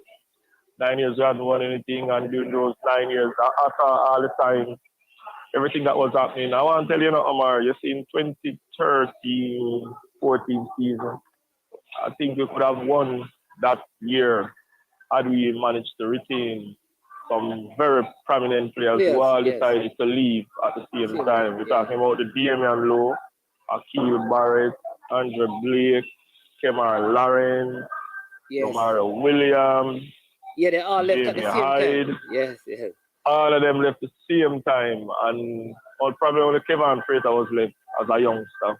And it was really, really difficult. There was a young Amal Knight around us at that time as well, but then he was still at school and then decided to go to UWI and a scholarship to UWI. Yeah. You know, so we suffered over the years from having good talent, but losing them as soon as they started to show some kind of prominence in the league. And Omar always said that I always wanted a team that is just basically a little bit under the radar. Just have some players, 22, 23, 19, 20, 21, 22, 23, right in that age range, who aren't just ready for the international market. And I just want to have them fight one season. And I think I would have a chance with them. And that is exactly what happened. Yeah. Yeah. And some person are saying that, Leonard Dwayne is ask about the format of the league and the sixth. I think he's talking about the fact that a team, but Harborview wasn't there a time when Harborview was leading the league? Oh, I'm telling you, Omar. Harborview is the reason why that league shifted. Right. Harborview was the reason because we're dominant between 05, winning the league right format. up to 2013. Right. Yeah, winning the league format constantly. And a lot of persons were saying the league was getting boring and it was a foregone conclusion. Sometimes it's a 1-horse race or a 2-horse race. You know, there was only 1 year, I think it was like 2010, when it was between Harborview, Portmore, and Tivoli were separated by a point or two. That probably would have been the most exciting time. Yes. Right? But Harborview was the reason. It was after that that they changed it right to the playoff. Then they changed it right after that to playoff. So here it is now that we come in a playoff situation and we win, and then we're the complaint. But then again, I could always argue to Omar that who is not to say that that I prepared my team based on the format that was given. Exactly. To have them peak at the right, which is what a lot of people have said, that the smart thing is that a lot of these teams who were in it, like even Waterhouse as an example, peaked so early that by the time they got to the finals, and the same thing with the Mount Pleasant, and that's right. It's like they were coming down from the peak. Exactly. While Harborview was just so. It is what it is at the end of the day. I mean, everybody knew the format. Everybody knew the format at that time. And I really don't have a problem with it either them. Anything that is presented, we will work with it. I mean, I must admit though that the whole spectacle of the final and the semi-final and the quarterfinals was really exciting, and it was a good look and a good advert for the league, you know. But of course, I am probably an advocate of consistency. But then again, if consistency is not required, then I will just make the necessary adjustments. That's all. Yeah. So wonderful. I mean, you also qualify. I know that there's a format change to the Caribbean Club Championship. I hope it is. I don't know if they call it Caribbean Cup. I hope it is still on. I know they're considering some changes. Right. So, but I mean, if there is, you have qualified for that. So, which is good news. And but congratulations, man. I mean, but what do you think about that finals, the crowd support, and just the whole atmosphere? And you know, what does that say? Let me tell you something, Omar. I'm not an NFL fan, right? However, sometimes, you know, you're coming in and you turn on the TV and you go to NBC and you see this pretty lovely picture of NFL football taking place, the glitter, the glamour, the lights, everything. And it really captures my attention to really look at what is happening. Yes. Pretty much a similar that took place the other night. It was really, really very good. It was exciting. I was not surprised by the crowd, and I'll tell you why. I kind of realized that the kind of social networking that was being done by the organizers, EFPL, the type of work that was being done, it was a different kind of marketing strategy. And what it did, it brought out the games itself were branded as entertainment, right? So you got a lot of persons coming out primarily for an entertainment package. And then, of course, it attracted out the neutrals and then even the persons who would have their affiliations with the respective clubs. Because of the limelight and the spectacle that is being created, I guess they also want to be a part of it, you know? So you got more than just a football crowd being present. Probably something similar to like when the reggae boys are on top and you're playing good football and all aspects and sectors of persons come out and view the game, you know? So I was pleased that my players were able to have that kind of experience, because that is something I know that some players, for instance, like Trayvon Reed, he thrives on those kinds of occasions. My goalkeeper, Anthony Bennett, he loves those kind of attention. You know, and it will be good for them because this is what they see on the television whenever the big teams are playing in Europe or North America. This is what they see, and this is the experience that they want to have. You know, so it is very good. It was a good look, and I'm really looking forward to a very even more bigger response come next season. Yeah. I'm looking forward to the beginning of next season because I know there's going to be a lot of excitement. Yeah.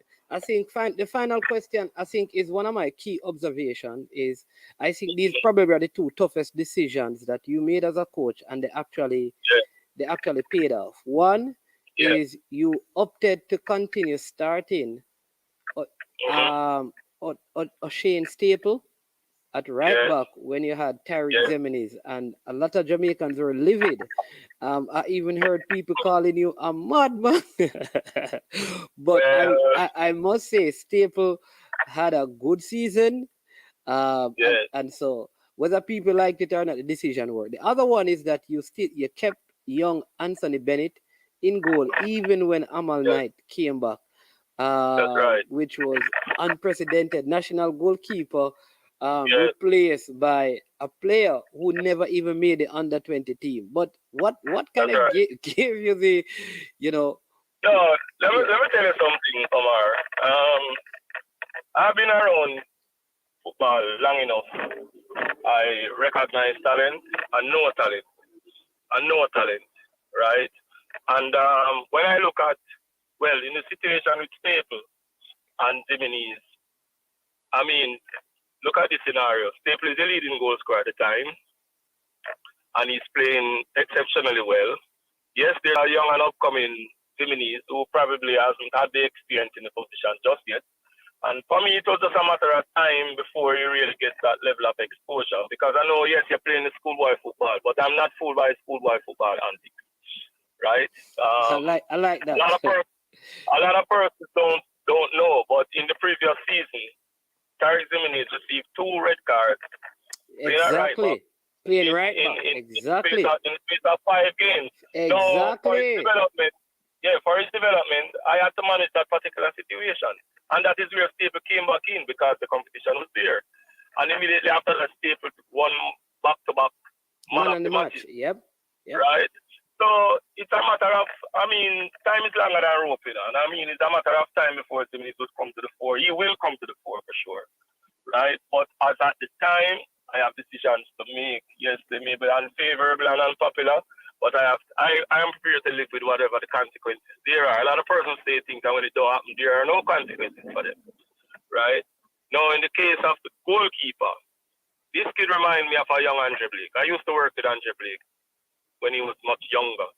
So I know exactly what I was looking at. He reminded me so much of Richard McCallum and Andre Blake, right? 2 goalkeepers that I would have worked with in the past. Now, it was just circumstantial that Bennett ended up in the goal because, because Amal Knight had contracted COVID. Right. And that was the window.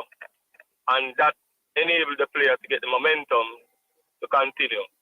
It was a hard decision. It was a support the decision by the team, very, very importantly. And for Amal, yes, he probably wasn't pleased with it, but at the end of the day, I tell you this, Omar, everything worked out fine and a happy ending because there is now Amal had to come back in the goal for the last 6 minutes of the extra time, making a very big save. Yes. Right, replacing Bennett, who was injured at the time. So you see, it's a matter of using the tools that are available to you appropriately. And I was really glad that myself and my team was able to make these decisions and stand by them. We were prepared to take whatever consequences come with them. Fortunately for us, it worked out. Yeah, and you know what? The good thing is that Amal, I think you have to have mature players as well, because it's not just the coach, but the players. Because Amal accepted the decision, he knew the circumstances, and he was there supporting and encouraging the younger player, and even giving him tips and stuff. I saw that, and so that is very commendable as well. That's right, and it also vindicated young Bennett in the sense that without a shadow of a doubt, he should have been part of that U20. But I have an experience with a young Ricardo Gardner at 17, overlooked at under 17, overlooked at U20, and played in the national team before he played in any of those teams. So I have that experience. So I know exactly what I am dealing with. Yeah. All right. The final question is from Dave Stone. He says, what does he think about the current quality of the JPL versus when he just started coaching in the league? And if he could make any changes to improve the product, what would it be? The main thing for me, is the condition of the pitches. Good pitches enables good football, as was obvious the other day. And then, of course, with coaches being upgraded with all kind of courses about the place. And of course, with the advent of the television and you're seeing games, I mean, I can tell you straight up, I'm a Liverpool fan, and I gravitate a lot towards what Jurgen Klopp does, right? I'm attracted to his system, to his approach. So I'm sure the coaches, yes, they have their philosophies and they tie them into some of these other top coaches, and they come up with a favorable product. So I don't have a problem. With that. But then again, as I said, the fields are very, very important, right? You have to have good pitches to get good football, right? Very, very important. That is the number one thing. And it's something that I'm kind of disappointed with the JFF about, in that we don't seek to upgrade pitches. We don't seek to provide facilities that for which good football can be played on, right? Back in the day, like in the early 2010s or thereabout, we didn't have a lot of good pitches. By that time, some fields were on the upgrade. The Tivoli's, the Waterhouse, the Arnett Gardens were moving full speed as at the time. Then, of course, Westbow Park came along. So there was a gradual progression in the terms of the improvement of pitches. But for me, that is the number one thing, right? And another thing again is that as coaches, Omar, for me, it has been a big learning experience because I'm not really accustomed to coaching adults and big men, which is one of the reasons why I was very selective as to the persons who I included in my squad, right? I was not prepared to include a lot of nicknames because I probably would have questioned my management expertise to really deal with them. But I would have gained a lot from these kind of players that I have. One thing's for sure, when you have persons like Amal Knight, Colorado Murray, who are very, very professional people around, it really makes your work a lot easier and more comfortable, and you're more relaxed when you're amongst the players. And they are there to guide the young ones. Similarly, Ryan Wellington, who was at 4-4, that's the number 3. Yes. Right? These players make it easier for me with their behavior, their conduct, their professionalism. And it makes it even easier for me to manage the entire group, because we must have gone through a lot of issues and episodes during the season, right? Don't think it was all smooth sailing. I can also tell you that there was a fight involving 2 of our players at Tractor. Yeah, listen, I always tell people that I thought that was a turning point in Harborview season. And I think before the game, I said to people that incident shows the ability of management, because I was That's right. surprised to see. It's almost like my expectations were that these players involved would have been put through the Yes, door. They would not play, yes, and I saw them playing together, and that just shows that yes. the off the field management as well Come is on. very integral to the overall That's team right. performance. Yeah, man. My coaching staff and myself, we all played an integral part to ensure that the cohesiveness of the team remains. And just like in any relationships, you're going to have ups and downs. It's just how you deal with it at the time, you know. And I think we were good at really patching up the areas in which needed attention, and it all came together. I mean, when you look at the team, whenever they celebrate, everybody's all in one accord. Yeah. Yes. But I mean, what about the quality of play? Because I don't know, because there's a great percentage of the population, you know, that still believe, going back to your Jeremy and Hughes, your Fabian Davis, when those guys were playing, and the Hector Wright and the Jalen Brown, that the league was a whole lot better than it is today. Yes. Well, the quality was good. One thing, the fields were worse. Omar, one thing that is, yes, I understand exactly what is being said, and I've been through all of those eras. And I mean, Jeremy is one of my favorite players. Fabian Davis is my good friend. He was an excellent player as at the time. One thing that is more noticeable, the game is a lot faster now, right? And when it's a lot faster and you're not playing on good pitches, it kind of affects the quality of the game. So when you put the two of them together, you would get some good football.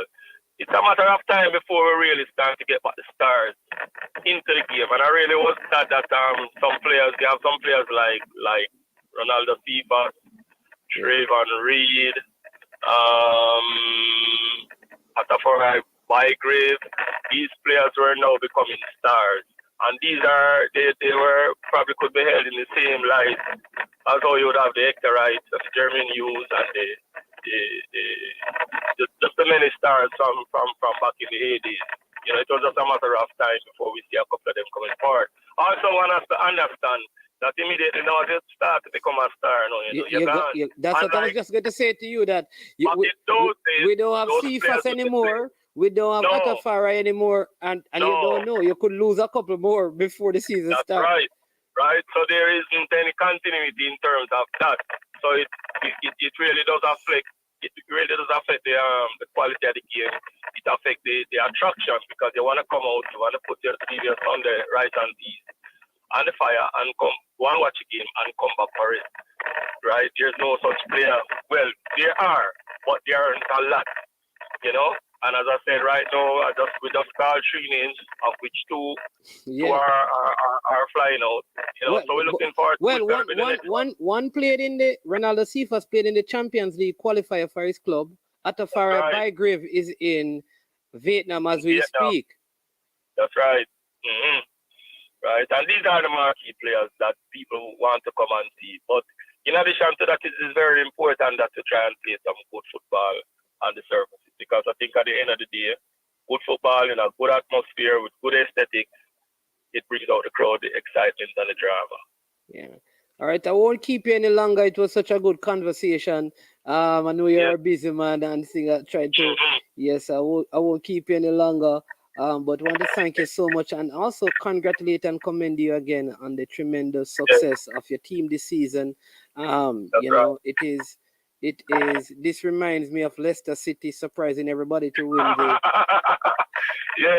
the Premier League at that time. Win the Premier League, although they barely eked past my Arsenal team, which was very disappointing. You know. Yes. But I don't want to miss this comment, because Peso is saying because he wanted Harborview to win, because I think Timar Lewis is out of town. I think Central O'Shane Staple. No, not Staple. The other one on the left, Harding. Harding and Lewis are from Westmoreland. Right. So he always wants Harborview to win because he's from Westmoreland. Okay. And there's a next player from St. Elizabeth. That's Staple. That staple, right? So, Right. Yeah. so here's Yeah. so here's a comment here. He says that it is not really the JFF's responsibility to Mhm. fix the pitches. It is the club's responsibility. But should it be a partnership? Um, Should it be the club? Should it be the JFF? we have to understand that we live in a third world society, and unfortunately, funds are very scarce, and probably the government is a major source of is a major source from which you really can acquire these kind of facilities. You know, there should be some kind of a partnership, some kind of policies with respect to that. Here's the SPF. They go around and they come up with projects with respect to fields. For me, unfortunately, they get themselves involved in some projects which has no sustenance at all.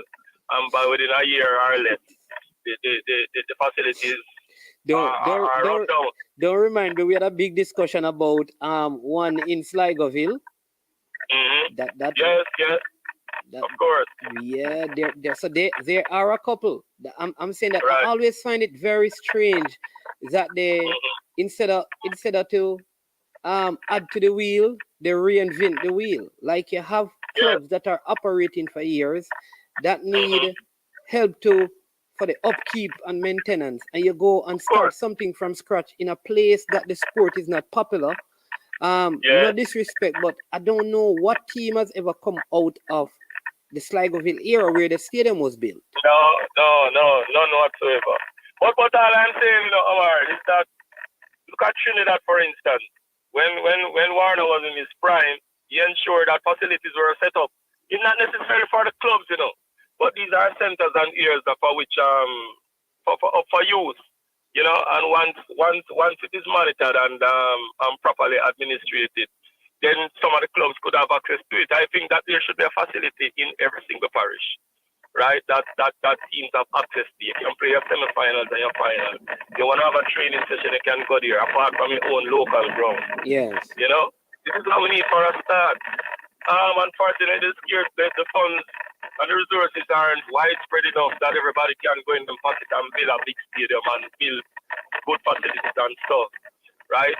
And persons who may have that kind of resource not necessarily affiliated to the Premier League team or anything like that, and have no interest at all in playing in the Premier League, right? That is why I said that to some extent government really should have some involvement, not wholeheartedly, but to some extent they can make some kind of a contribution in a structured way, of course, to ensure that the funds are not wasted.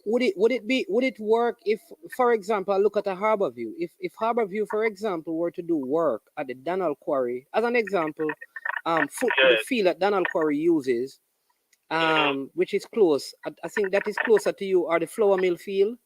I don't know which one is closer. And say, okay, let's use one of those. Omar. Yes. Omar. You look like you really want me on the phone for long, but I can tell you this. No. I can tell you, I'm gonna respond to that. Go ahead. Donald Quarry High School. You have Arnett Gardens, you have Charlie Smith. Yeah. You have Tivoli Gardens High, you have Tivoli Gardens Football Club, right? We expected to have Harbourview Football Club and Donald Quarry. We approached Donald Quarry. We approached the Darwin Nunez administration for a partnership from like 10, 12 years ago. They turned it down. Whoa. They said no, right? You're talking about no fields, the cement company. Cement they have a company, pitch just in front of the mineral bar. Right, yes. They have now turned it into a storage area. Oh, gee. There was a plot of land at the roundabout. Very lots of acres. Yes. Right? We went to the cement company asking them about acquiring just a few acres just for training purposes instead of a good pitch. And they said no, and immediately, they started stockpiling all kind of oh my God, work.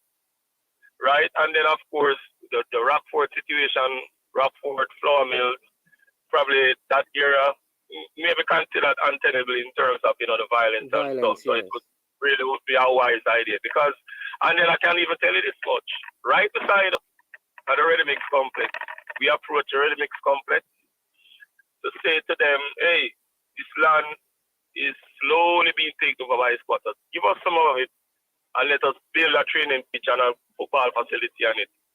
And they said no. And immediately after that, the place was overrun by squatters, and right now they can't get the persons off the premises. Oh, jeez, man. So it's not like we have not tried, but apparently the person's just not seeing the vision. Right? I can tell this. I am very shocked. Mm-hmm. Especially because of Donald. Because I remember one time, little baby Kareem Cook, I think his name was. Kareem Cook. All right, all of those players. Even Ding Dong. Right, all right, because at that time I was at Constant Springs, so we were playing U20. I would come and play Harborview. So all of those came. So I know all of those players came when the season ended abruptly. The Money Cup season. All right. So I thought, like, at that time, the best thing for Harborview to do, seeing that so many players from Donald Quarry was coming into the school, was to basically do the partnership. No, man, them turn it down. We strategically approach them and they turn it down. And we tried to see if we could revise something in recent years, but it's not gathering any pace at all. Right? But this is not going to stop us from trying. You know, because we really do need another field or another training area. We really do need to associate ourselves, you know, with some other entities that can, for which there can be win-win situations. Yeah, because the concern I have for Harborview is this. Like, you guys run so many programs. You're running from under 10. Everything. So that means the field doesn't get a break. Field doesn't get a break. And, I mean, even during this course of this season, I've had to be training at alternate venues, you know. Or I have to train very, very late or very, very early. Yes, usually it's very, very early, 6:30 in the morning. We conduct our training mostly, you know. And then the field is allowed to deteriorate because of the high consumption, you know. Yeah.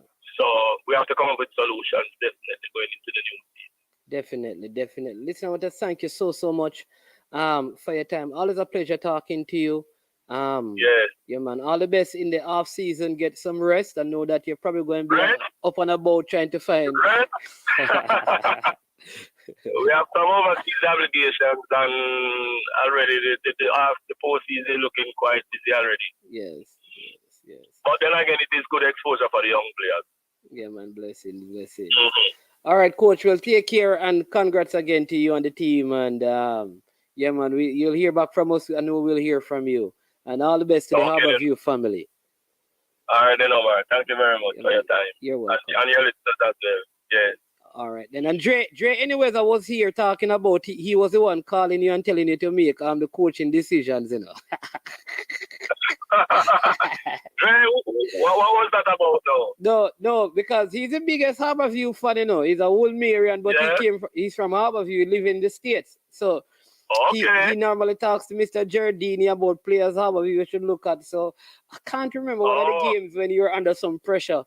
And in the playoffs, and you were talking, and he says he was the one who was calling you. He was just joking around, though. He was the one calling you from the States, and you had on the Bluetooth listening to him, and then he made a change that he suggested, and the game changed. Yeah, well, that is the level of connection. Yeah, man. I think that is more than welcome, man. And I'm glad that I was able to make some influence on the game in a positive way, you know? So, Dre, pick up yourself. All right, Coach. Listen. All right? Yeah, okay, then. Good. All right. So, there you go, people.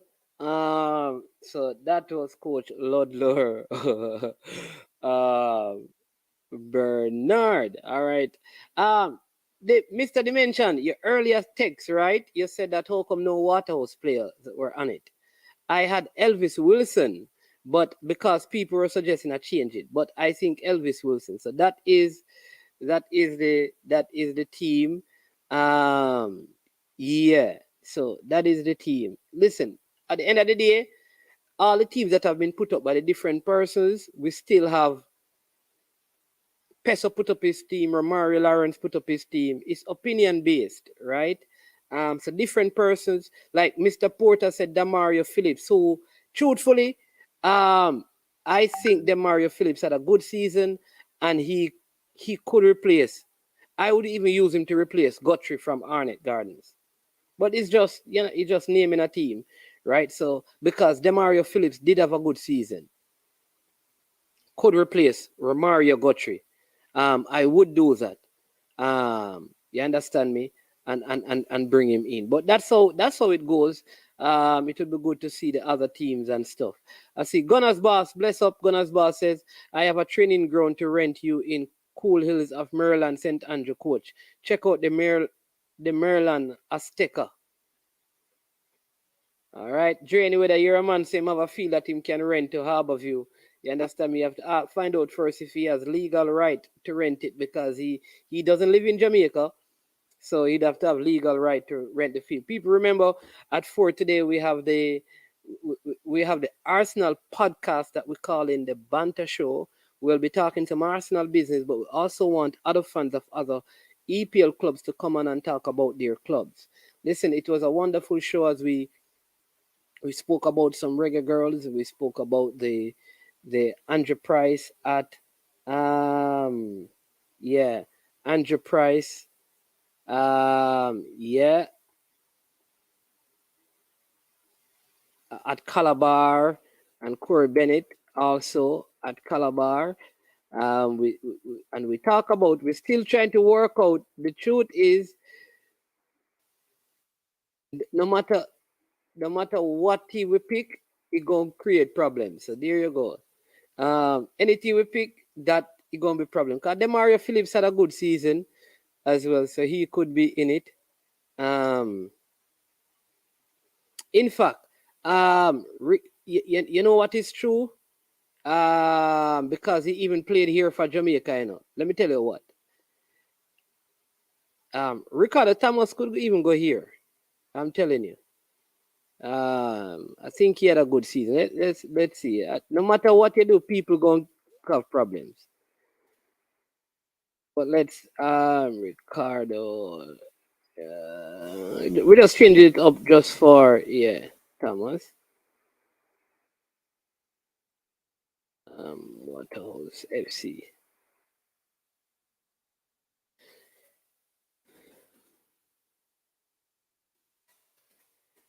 No matter who we pick, somebody gonna say somebody else should be in it. And if we sit here and do that all day, we're gonna change everything every day. You understand me? Yeah.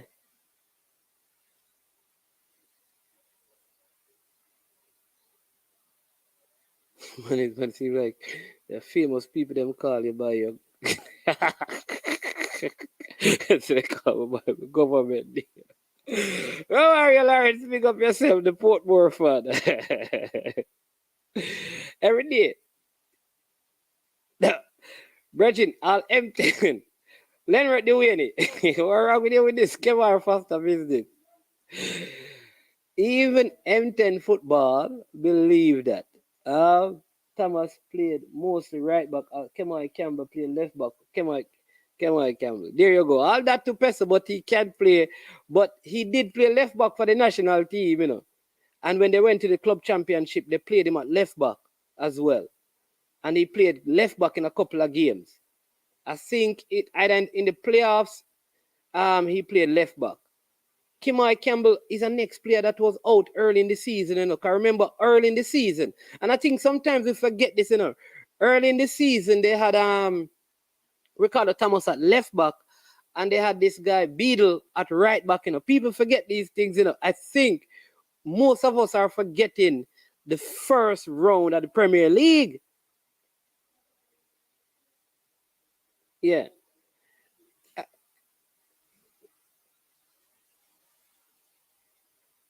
Yeah, you understand me? So, yeah, man.